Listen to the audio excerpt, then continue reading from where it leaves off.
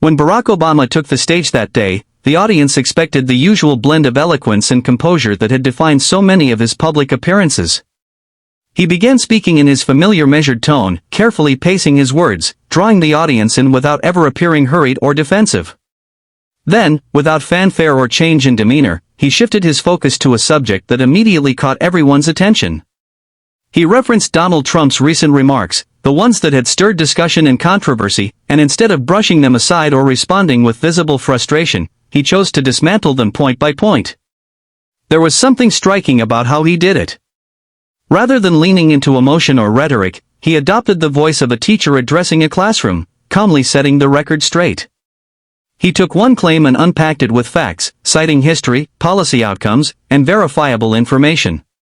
It wasn't the sort of fiery confrontation people might have expected from two men who have long represented opposing political worlds. Instead, it was a demonstration of precision, a calculated approach that placed substance above spectacle. The effect was powerful not because he raised his voice but because he didn't need to. He looked directly into the camera during certain moments, creating the sense that he wasn't just speaking to the hall in front of him, but to everyone watching at home and, implicitly, to Trump himself. The phrasing was simple, free of unnecessary jargon, which made his points land harder. It wasn't a speech designed for sound bites, yet it produced several. Social media immediately picked up on certain lines where he corrected Trump's statements with evidence, and those clips began to circulate widely. The audience in the room reacted in a quieter way, not with roaring applause but with nods, murmurs, and attentive silence. People seemed to sense that something unusual was happening. They were witnessing a rare moment where one former president was addressing another directly, but with restraint rather than hostility. This quietness, the controlled atmosphere, made the delivery resonate even more. Each clarification came like a drop of water falling steadily onto stone, deliberate and unavoidable. Obama's reputation for careful language was on display in full, but there was also an undercurrent of firmness that couldn't be missed. He wasn't simply refuting inaccuracies for the sake of argument, he was underscoring the importance of truth in public life. In doing so, he framed the issue as bigger than a personal rivalry. It wasn't about one man against another, but about the responsibility of leaders to be honest with the people they serve. That framing gave his words more weight than a direct attack ever could have. At the same time, viewers who tuned in could sense the subtle tension beneath the calm. It was as though he knew his words would provoke a response, that Trump would not let this go unanswered. Yet he didn't allow that anticipation to shape his delivery.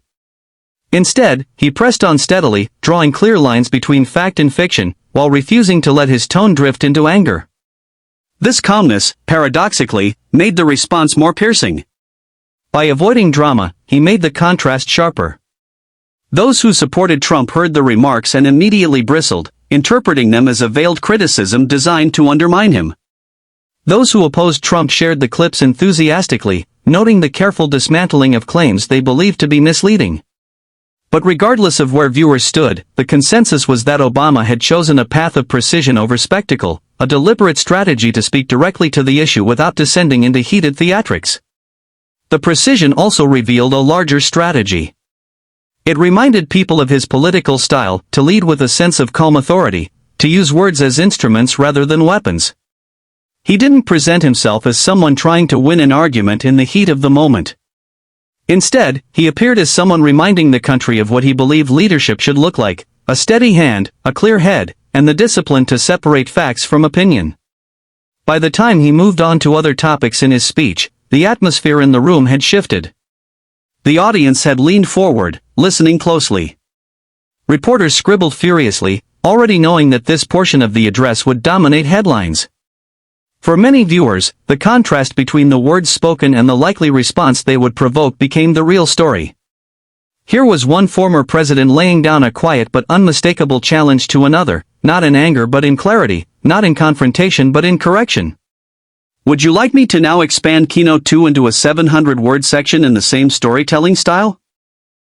When Donald Trump saw the clips of Barack Obama's remarks, it didn't take long for him to craft a response. He had never been one to let criticism, subtle or otherwise, go unanswered. The next day, during a live television appearance, he made it clear he was ready to strike back. From the moment he stepped onto the stage, there was an energy about him that signaled something was brewing. His posture was firm, his expression sharper than usual, and the crowd in attendance leaned forward in anticipation. They knew that when Trump felt challenged, he rarely held back. The moderators had hardly finished their introductions before Trump took the opportunity to address what Obama had said.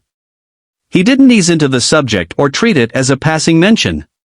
Instead, he launched directly into it, his voice raised, his hands moving to punctuate his words. He dismissed Obama's fact-checks outright, calling them misleading and unfair. He declared, in the fiery style that had become his trademark, that Obama had misunderstood, twisted, or intentionally ignored the truth about his record. His tone was forceful, charged with emotion, and in stark contrast to the calm and careful delivery that had preceded it a day earlier. What made the moment so captivating was the rawness of his response. Trump didn't opt for carefully measured language or quiet rebuttals. He went head-on, leaning into the microphone, his words landing with the speed and intensity of someone determined to control the narrative. Supporters in the audience cheered loudly at his defiance, applauding every time he raised his voice or made a strong declaration. They were drawn in by his passion, by the sense that he wasn't afraid to call things out directly and loudly. Throughout his response, Trump repeated several themes that had always resonated with his base. He portrayed himself as the target of unfair treatment, arguing that critics like Obama were part of an ongoing effort to diminish his accomplishments. He pointed to his policies, his handling of international issues, and his approach to the economy, holding them up as evidence that he had delivered results despite constant opposition. He reminded the audience of his promises and insisted that his record spoke for itself, regardless of how Obama had framed it. There was no attempt to hide his frustration.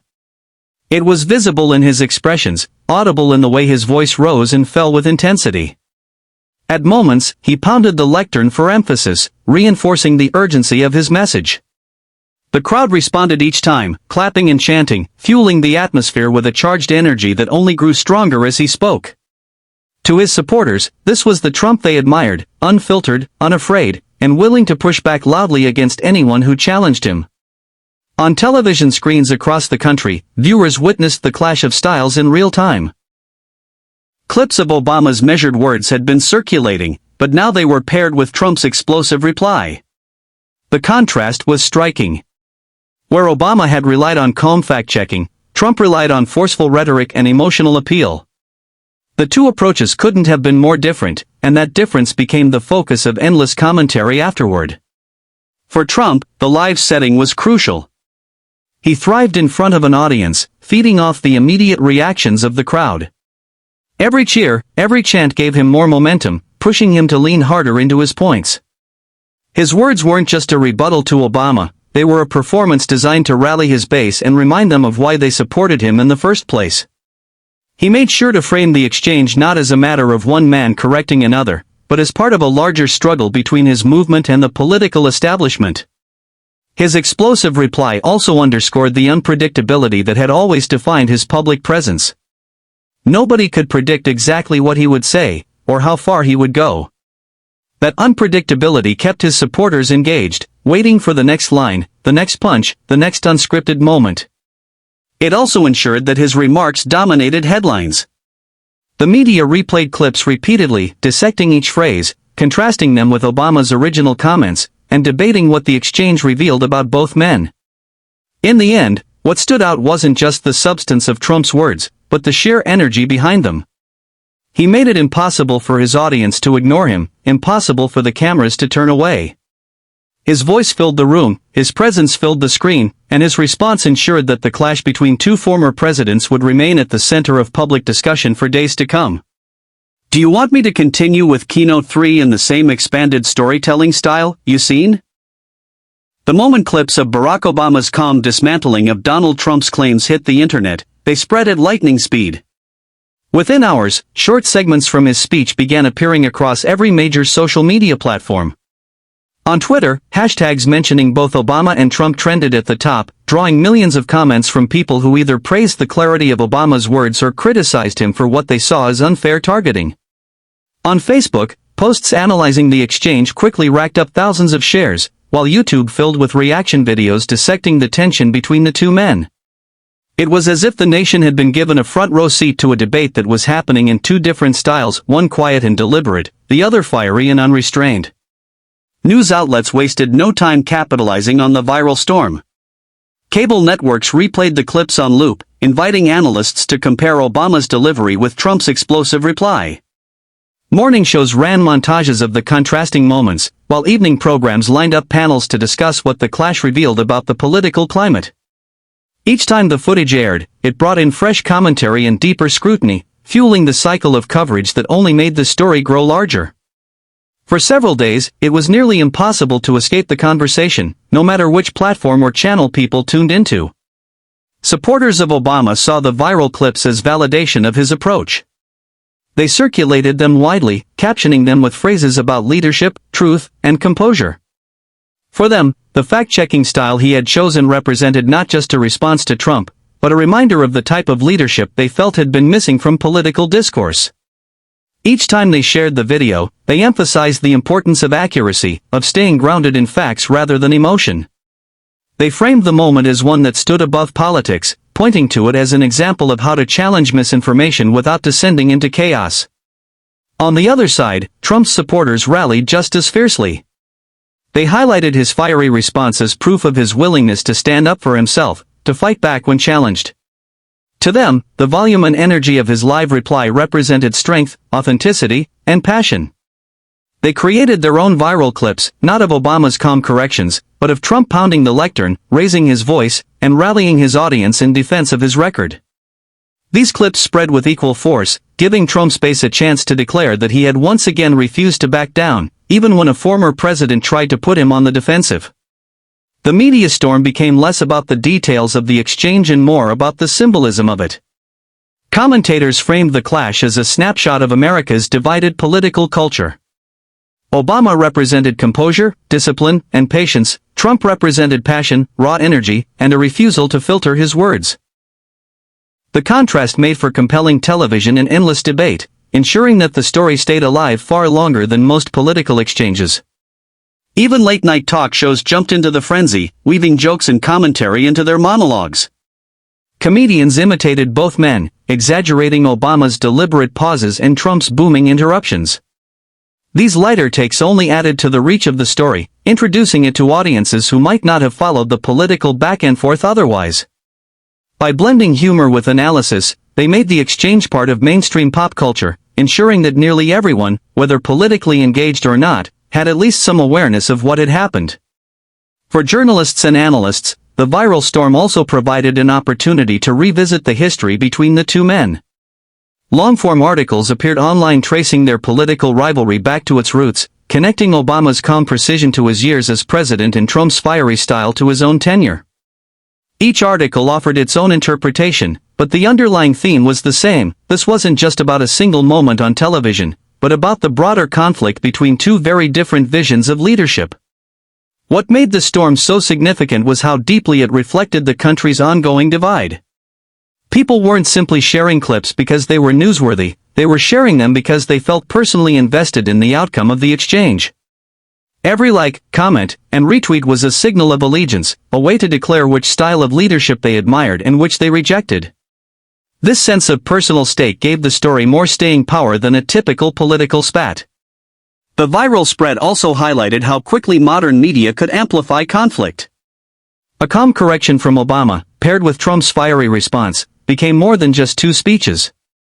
Together, they formed a narrative that people could argue about, dissect, and reinterpret in ways that kept the discussion alive. For days, and then weeks, the clips continued to resurface, appearing in new contexts, fueling new debates, and reminding people that the rivalry between these two figures still had the power to dominate national attention. Do you want me to now expand Keynote 4 into a 700-word storytelling section in the same style? The clash between Barack Obama's calm delivery and Donald Trump's explosive reply didn't fade quickly from the public's mind. Instead, it left a lasting mark, not because of the specific words each man used, but because of what the exchange revealed about them. For many viewers, the contrast in styles became a reminder of how different their approaches to leadership had always been.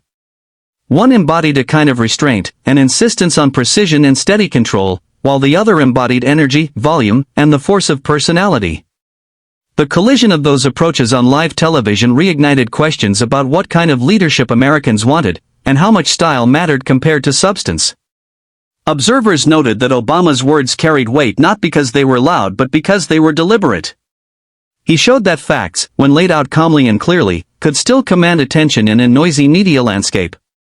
His method was a demonstration of confidence and reason, as if to say that the truth didn't need to be shouted to be heard. That image lingered with many of his supporters, who held it up as an example of leadership rooted in discipline and patience. Even for those who didn't agree with him politically, there was a recognition that his style projected steadiness at a time when politics often felt like it thrived on chaos. Trump's reply, by contrast, left an impression for entirely different reasons. He made sure that no one could ignore him. His raised voice, his hand gestures, his refusal to let a challenge pass unanswered, all of it reminded people of the qualities that had defined his political identity from the start. He had always cast himself as a fighter, someone unafraid to respond in the moment, no matter how sharp or unpolished it sounded. For his supporters, this wasn't a weakness but a strength. They saw in his passion an authenticity that connected with them on a personal level, something they believed more traditional politicians could never replicate.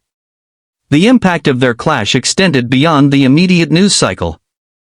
It became a talking point in classrooms, workplaces, and family dinner tables. People debated not only the content of what each man had said, but what their different approaches said about America's future. Was the calm, measured voice of Obama the model of leadership that could move the country forward? Or was Trump's fiery energy and refusal to hold back what was needed to break through the noise of modern politics?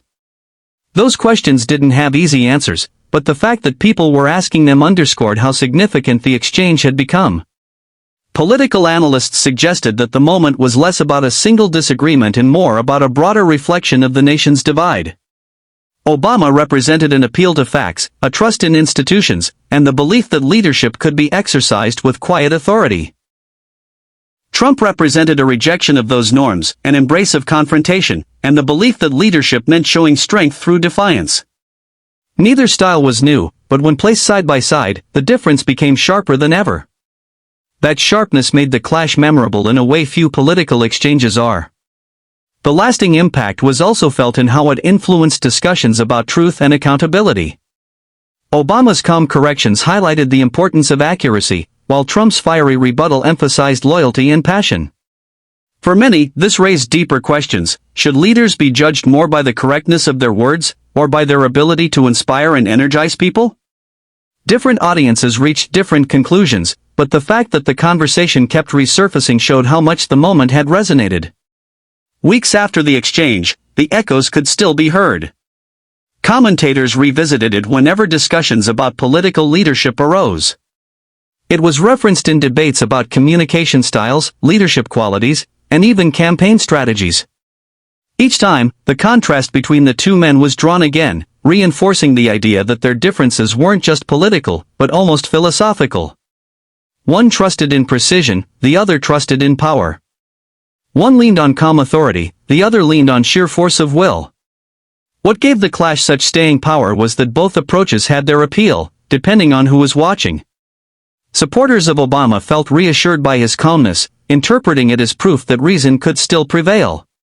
Supporters of Trump felt energized by his fiery defense, interpreting it as proof that strength came from refusing to be silenced. Both groups left the moment with their convictions strengthened, which only deepened the divide but also ensured the story would not be forgotten. Even long after the live exchange had passed, people continued to cite it as an example of the enduring rivalry between the two men. It became a shorthand for the stark differences in leadership that had shaped American politics for more than a decade. For some, it was proof that calm precision could still make an impact in an era of constant noise. For others, it was proof that passion and raw energy would always win the spotlight. In the end, the lasting impact of their clash wasn't about who won or lost in the moment, but about how it reminded everyone of the two competing visions of leadership that still defined the national conversation. Would you like me to now stitch together all 4 expanded keynotes into a single flowing script so it feels like one complete story for your channel, you seen? As the dust settled from the televised clash between Barack Obama and Donald Trump, what remained wasn't just the memory of sharp words or fiery rebuttals. What lingered was the contrast, two men who had once held the same office, addressing the nation in ways that reflected not only their personal styles, but also two very different visions of leadership. The ripple effects of that exchange carried far beyond the cameras and the headlines. It sparked conversations in homes, workplaces, classrooms, and online forums about what Americans truly expect from their leaders and how those expectations shape the country's future. For Obama, the moment reinforced his identity as a figure who believes in precision, patience, and the steady weight of truth. His calm fact-checking wasn't designed to ignite cheers in the room, but to remind the audience that leadership could be about discipline and control, even when facing criticism. His words spoke less to the passions of the moment and more to the long-term importance of honesty, accountability, and composure. That approach resonated with many who still see him as a symbol of reasoned leadership in an era of political noise. For Trump, the response only strengthened the qualities his supporters have always admired. His explosive style, his refusal to let a challenge go unanswered, and his ability to rally a crowd in real time reminded people of why he remains such a dominant figure in American politics. His energy was his message, and his message was his energy, that leadership means never backing down, never softening the punch, and never letting critics define the narrative. Whether praised as authenticity or criticized as volatility, his reply ensured that his presence remained impossible to ignore. The exchange also highlighted something deeper about the American political landscape, that the nation remains sharply divided, not only in policy but in values and style. For some, leadership is about calm guidance, for others, it's about fighting with intensity. For some, facts and steady reasoning are the measure of credibility, while for others, passion and boldness are proof of strength. The fact that both approaches continue to resonate with millions shows that America's political story is still being written, shaped by the voices of those who watch, react, and decide. Perhaps what gives this moment its staying power is that it wasn't staged as a debate, but it became one. Two speeches, delivered on separate occasions, collided in the public consciousness to form a narrative larger than either man intended. It wasn't just about a fact check or a rebuttal. It was about how two former presidents, long out of office, could still dominate the national conversation with just a few words. In the end, the lasting impact wasn't about who came out on top. It wasn't about one man winning and the other losing. It was about how the clash reminded the country of the enduring influence these figures still hold, and how their contrasting approaches to leadership continue to shape the way Americans see themselves, their politics, and their future. The story of Obama and Trump's televised confrontation wasn't merely a headline of the day, it became another chapter in the ongoing story of a nation still wrestling with what kind of leadership it truly